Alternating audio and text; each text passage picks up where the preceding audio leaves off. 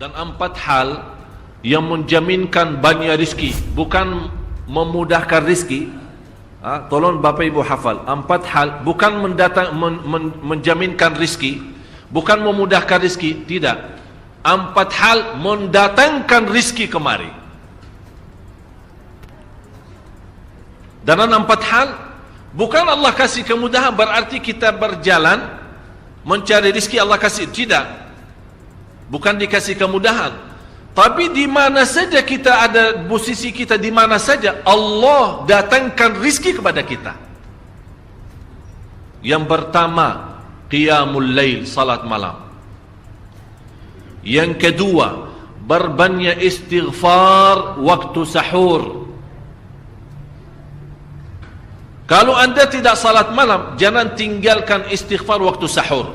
Waktu sahur kapan? Kira-kira 30 minit sebelum azan. Disitulah Allah sendiri memuji, Allah bangga dan senang terhadap orang yang sahur. Sampai ulama berkata, tidak ada ibadah yang terbaik di waktu sahur selain istighfar. Jadi boleh baca Quran, boleh salat malam, boleh zikir, boleh apapun, tapi yang terbaik istighfar. Fokus hanya istighfar. Astaghfirullah wa atubu ilaih, termasuk istighfar Allahumma anta rabbi la ilaha illa ant, yang Bapak Ibu tahu sayyidul istighfar, yang terutama, yang paling luar biasa. Allahumma anta rabbi la ilaha illa anta khalaqtani wa ana abduka wa ana ala ahdika wa wa'dika mastata'at a'udzu bika min syarri ma sana'at abu'u laka bi ni'matika alayya wa abu'u bi dhanbi faghfirli fa innahu la yaghfiru adh-dhunuba. Ya Allah, kalau kita fahami doa ini luar biasa. Oleh karena itu kata Rasulullah, barang siapa yang membaca sayyidul istighfar, kemudian di malam hari dengan keyakinan dia meninggal habis baca istighfar, masuk surga. Masuk surga. Berarti ini salah satu doa yang menjaminkan dengan mudah masuk surga. Jadi 4 hal yang mendatangkan rizki, bukan kita mencarinya, dia yang datang kemari. Apalagi saat mencari lebih mudah. Qiyamul lail, salat malam. Tapi dalam bahasa, mohon maaf Bapak Ibu, dalam bahasa Arab disebut qiyamul lail, bukan salat. Tapi kalau diterjemahkan dalam bahasa kita salat. Tapi kenapa di situ qiyamul lail? Diberikan qiyamul lail, qiyam artinya berdiri, berarti lama. Saking lama berdiri dikaitkan jadi qiyamul lail. Qumil laila ya ayyuhal muzammil. Apa terus? Qumil lail, berdirilah saat malam. Berdirilah, bukan salatlah malam, tidak, berdirilah malam hari. Itu dahsyatnya di situ berdiri. Qiyamul lail. Yang kedua, berbanyak istighfar. Yang ketiga, berbanyak sedekah. Sebenarnya bukan istilah berbanyak sedekah. Kadang-kadang orang bersedekah 100 juta, udah saya sudah bersedekah 100 juta. Bukan itu. Bukan yang dimaksud berbanyak sedekah itu dari sisi uang itu banyak atau sedikit, bukan. Yang dimaksud rahasia sedekah, ta'ahudus sedekah, istiqamah bersedekah. Istiqamah. Itu tidak menjadi masalah besar maupun kecil, itu tidak menjadi masalah. Karena bagi Allah tidak ada artinya besar maupun kecil, kita tidak memberikan kepada Allah. Karena Allah Maha Kaya. Tapi rahasia sedekah itu kita terus menerus sedekah. Siang, pagi, malam, siang, pagi, malam, pagi, besok, terus minggu depan. Tidak pernah berhenti. Setiap ada kesempatan selalu kita membawa sedekah. Itu namanya ta'ahudus sedekah. Ta'ahud kalau dalam bahasa sebuah janjian.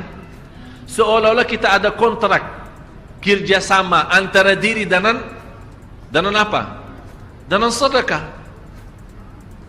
Itu kata ta'ahud, ahad, berjanjian. Saya berjanji. Seolah-olah ada berjanjian antara kita dalam sedekah. Jadi tidak boleh terlepas dari berjanjian. Seolah-olah kita menghormati berjanjian. Bagaimana menghormati? Kita terus kerjasama. Kita beri, Allah ganti berkah sedekah. Kita beri lagi, Allah ganti masih terus. Kita beri, masih Allah terus ganti. Itulah dahsyatnya sedekah. Jadi Bapak Ibu, jangan nunggu hari tertentu, bulan tertentu, malam tertentu kita bersedekah. Jangan. Setiap kita merasa ada berita baik, ada berita maupun ada berita buruk yang menyakiti perasaan kita di rumah tangga kita, anak kita, suami kita, istri kita, apapun, langsung segera sedekah. Disitulah rahasianya. Ikatkan seolah-olah kita sudah membuat perjanjian antara diri dan sedekah dalam segala hal, hal senang maupun hal tidak, hal bahagia maupun hal sedih, hal bangga maupun hal lagi menghadapi kesusahan, kesulitan, selalu sehat dan sakit. Terus yang keempat, zikir, berzikir pagi hari dan sore hari. Berzikir pagi hari dan sore hari. Ini 4 hal Bapak Ibu. Berdiri malam hari, itu yang namanya tahajud, banjanya atau lamanya berdiri. Berbanyak istighfar waktu sahur. Yang ketiga, berbanyak sedekah. Sudah Bapak Ibu mengerti. Jadi istilah berbanyak sedekah bukan artinya harus banyak dari jumlah hitungannya, tidak. Yang keempat adalah berzikir di pagi hari maupun petang hari. Amman huwa qanitun ana al-laili sajidan wa qa'ima. Sajidan wa qa'ima. Jadi Bapak Ibu, saat kita berdiri lama, walaupun baca satu ayat, diulangi berkali-kali, walaupun baca surah pendek, tapi diulangi berkali-kali, tidak menjadi masalah. Bapak Ibu hanya hafal qulhu. Qulhu dibaca 3 kali, pahalanya seperti baca Al-Quran 30 juz. Ada seorang salih mengajak kawannya, sudah mendekati subuh, ayo bangun salat malam dan baca sepertiga Al-Quran. Langsung orang itu menjawab, bagaimana saya baca, sebentar lagi mau azan. Bacalah qul huwallahu ahad. Salat malam dan qul huwallahu ahad. Jadi Bapak Ibu, yang saya harap, jangan susah fikir, ya Allah saya mau baca apaan. Tidak usah susah fikir. Baca dan nikmati, yang penting nikmati bacaan. Walaupun qul huwallahu ahad setiap hari. Kalau kita pusing baca, Allah tidak akan pusing mendengar. Malah Allah paling senang mendengar bisikan bacaan dan bisikan doa kita malam hari. Allah paling senang mendengar bisikan doa munajat kita malam hari. Itu luar biasa.